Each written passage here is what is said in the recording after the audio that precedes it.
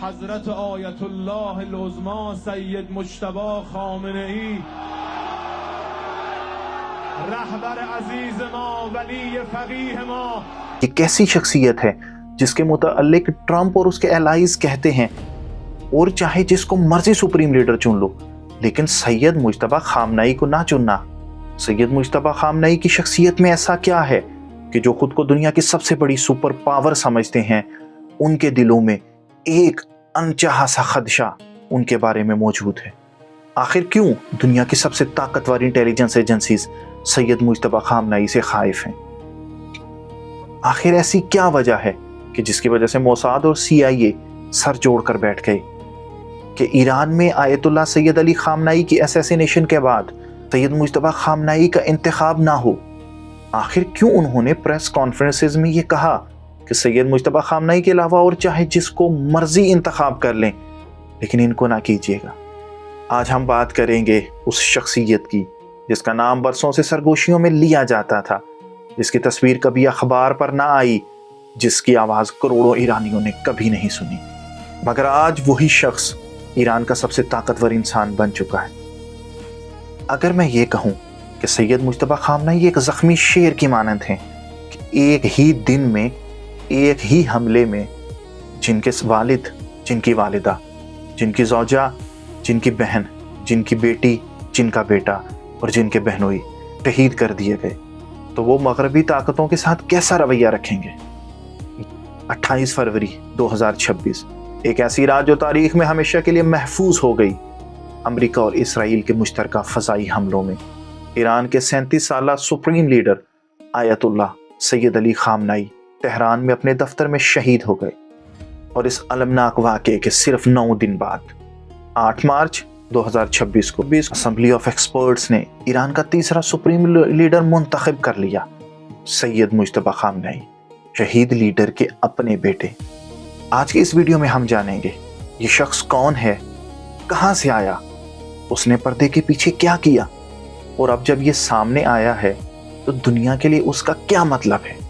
8 ستمبر 1969 یہ وہ تاریخ ہے جب مجتبی خامنہئی نے مشہد کے ایک دینی گھرانے میں آنکھ کھولی۔ اس وقت ایران پر شاہ محمد رضا پہلوی کی حکومت تھی۔ ان کے والد سید علی خامنہئی ابھی ایک نوجوان عالم دین تھے جو شاہ کے خلاف انقلابی تحریک میں شامل تھے۔ مجتبی 3 برس کے بھی نہ ہوئے تھے کہ شاہ کی خفیہ پولیس سواک نے ان کے گھر پر چھاپا مارا، ان کے والد کو مارا پیٹا اور گرفتار کر لیا۔ 1979 میں جب اسلامی انقلاب کامیاب ہوا، مجتبی 10 سال کے تھے، خاندان مشہد سے تہران منتقل ہوا۔ سید مجتبی خامنہئی نے تہران کے علوی ہائی اسکول میں تعلیم حاصل کی۔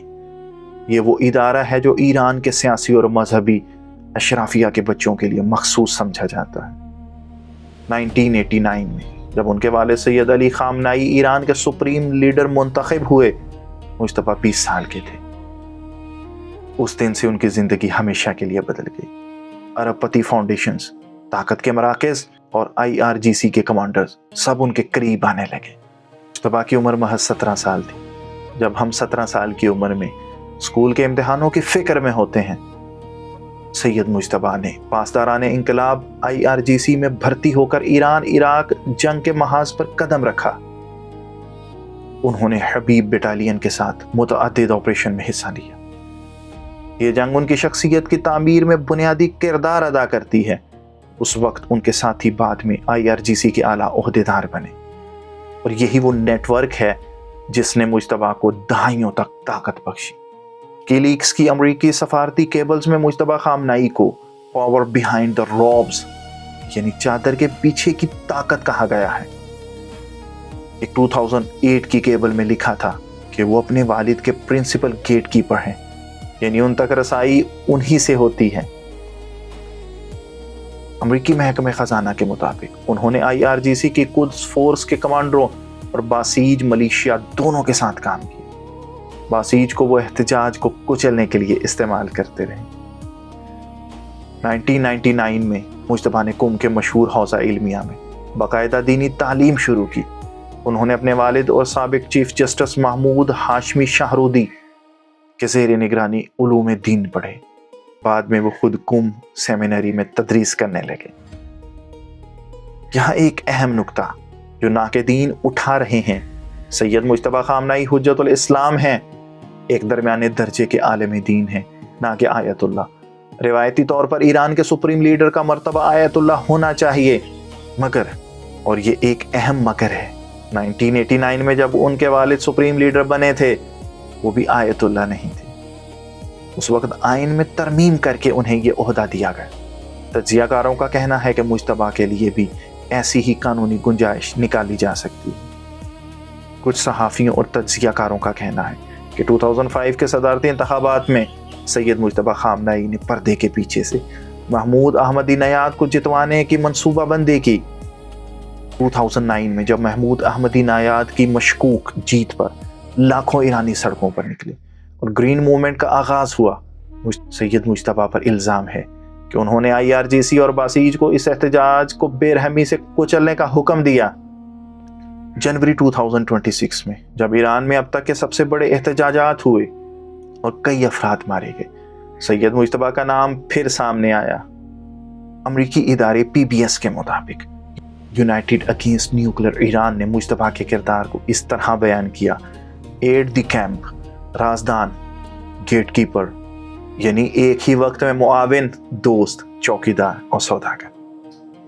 ایک بہت اہم بات، سید مجتبیٰ نے برسوں میں کبھی کوئی عوامی تقریر نہیں کی، کوئی جمعے کا خطبہ نہیں دیا، کوئی سیاسی بیان نہیں دیا۔ کروڑوں ایرانیوں نے ان کا نام تو سنا مگر ان کی آواز کبھی نہیں سنی۔ 2019 میں ڈونلڈ ٹرمپ کے پہلے دور میں امریکی محکمہ خزانہ نے سید مجتبیٰ کو پابندی کی فہرست میں شامل کرتے ہوئے کہا کہ وہ اپنے والد ڈیسٹیبلائزنگ ریجنل ایمبیشنز اور اوبریسو ڈومیسٹک آبجیکٹس کو آگے بڑھانے میں اہم کردار ادا کرتے ہیں، یعنی خطے میں عدم استحکام پیدا کرنا۔ مگر دلچسپ بات یہ ہے، پابندی کے باوجود کوئی سرکاری عہدہ نہ تھا، وہ صرف سپریم لیڈر کے بیٹے تھے، اور پھر بھی دنیا کے طاقتور ترین اداروں کی نظر میں آ گئے۔ 28 فروری 2026 الصبح تہران میں دھماکے گونجے۔ آپریشن ایپک فیوری امریکی پینٹاگون کا دیا ہوا نام، اور رورنگ لائن اسرائیل کا دیا ہوا نام۔ امریکی اور اسرائیلی فضائیہ نے مشترکہ آپریشن میں تہران، اصفہان، قم، کرج اور کرمانشاہ کو نشانہ بنایا۔ آیت اللہ سید علی خامنائی اپنے دفتر میں موجود تھے جب ان کا کمپاؤنڈ تباہ کر دیا گیا۔ انہی حملوں میں سید مجتبیٰ کی والدہ، بیوی اور ایک بہن بھی شہید ہوئی۔ مجتبیٰ خود اس وقت موجود نہیں تھے اور یوں زندہ بچ گئے۔ ایران کے آئین کے مطابق سپریم لیڈر کا انتخاب 88 رکنی اسمبلی آف ایکسپرٹ کرتی ہے، مگر جنگ کے عین درمیان یہ انتخاب آسان نہیں تھا۔ ایک یورپی جریدے کے مطابق 3 مارچ کو آن لائن اجلاس ہوا۔ IRGC کمانڈروں نے اراکین کو بار بار رابطے اور نفسیاتی دباؤ کے ذریعے سید مجتبیٰ کو ووٹ دینے پر زور دیا۔ ووٹوں کی گنتی سے پہلے قم میں اسمبلی کے دفتر پر امریکی اسرائیلی بم گرے۔ 5 مارچ ٹرمپ نے اعلان کیا وہ وقت برباد کر رہے ہیں، خامنائی کا بیٹا ایک کمزور آدمی۔ میں اس انتخاب میں شامل ہونا چاہتا ہوں، مگر یہ بیان الٹا اثر کر گیا۔ ایران کے اندر اسے بیرونی مداخلت کے طور پر دیکھا گیا اور سید مجتبیٰ کی حمایت بڑھ گئی۔ 8 مارچ 2026 اسمبلی آف ایکسپرٹ نے فیصلہ کن ووٹ سے سید مجتبیٰ خامنائی کو ایران کا تیسرا سپریم لیڈر منتخب کر لیا۔ 47 سالہ ایران کی تاریخ میں پہلی بار باپ کے بعد بیٹا سپریم لیڈر بنا۔ ناقدین نے فوراً کہا یہ تو وہی شاہی موروثی نظام واپس آ گیا جسے 1979 میں ختم کیا گیا تھا۔ اس انتخاب پر امریکہ اور اسرائیل کا موقف کیا ہے؟ ٹرمپ نے مجتبیٰ کے تقرر کو ناقابل قبول قرار دیا۔ اسرائیلی فوجی افسر نے واضح کی کہا نئے لیڈر بھی ہمارے نشانے پر ہوں گے، خواہ وہ کوئی بھی ہوں۔ اسرائیلی وزیر اعظم نیتن یاہو نے کہا وہ ایرانی نظام کو غیر مستحکم کرنا اور تبدیلی کے لیے حالات بنانا چاہتے ہیں۔ سید مجتبیٰ کا تقرر واضح پیغام ہے، ایران کے سخت گیر IRGC نواز قوتیں اب بھی طاقتور ہیں۔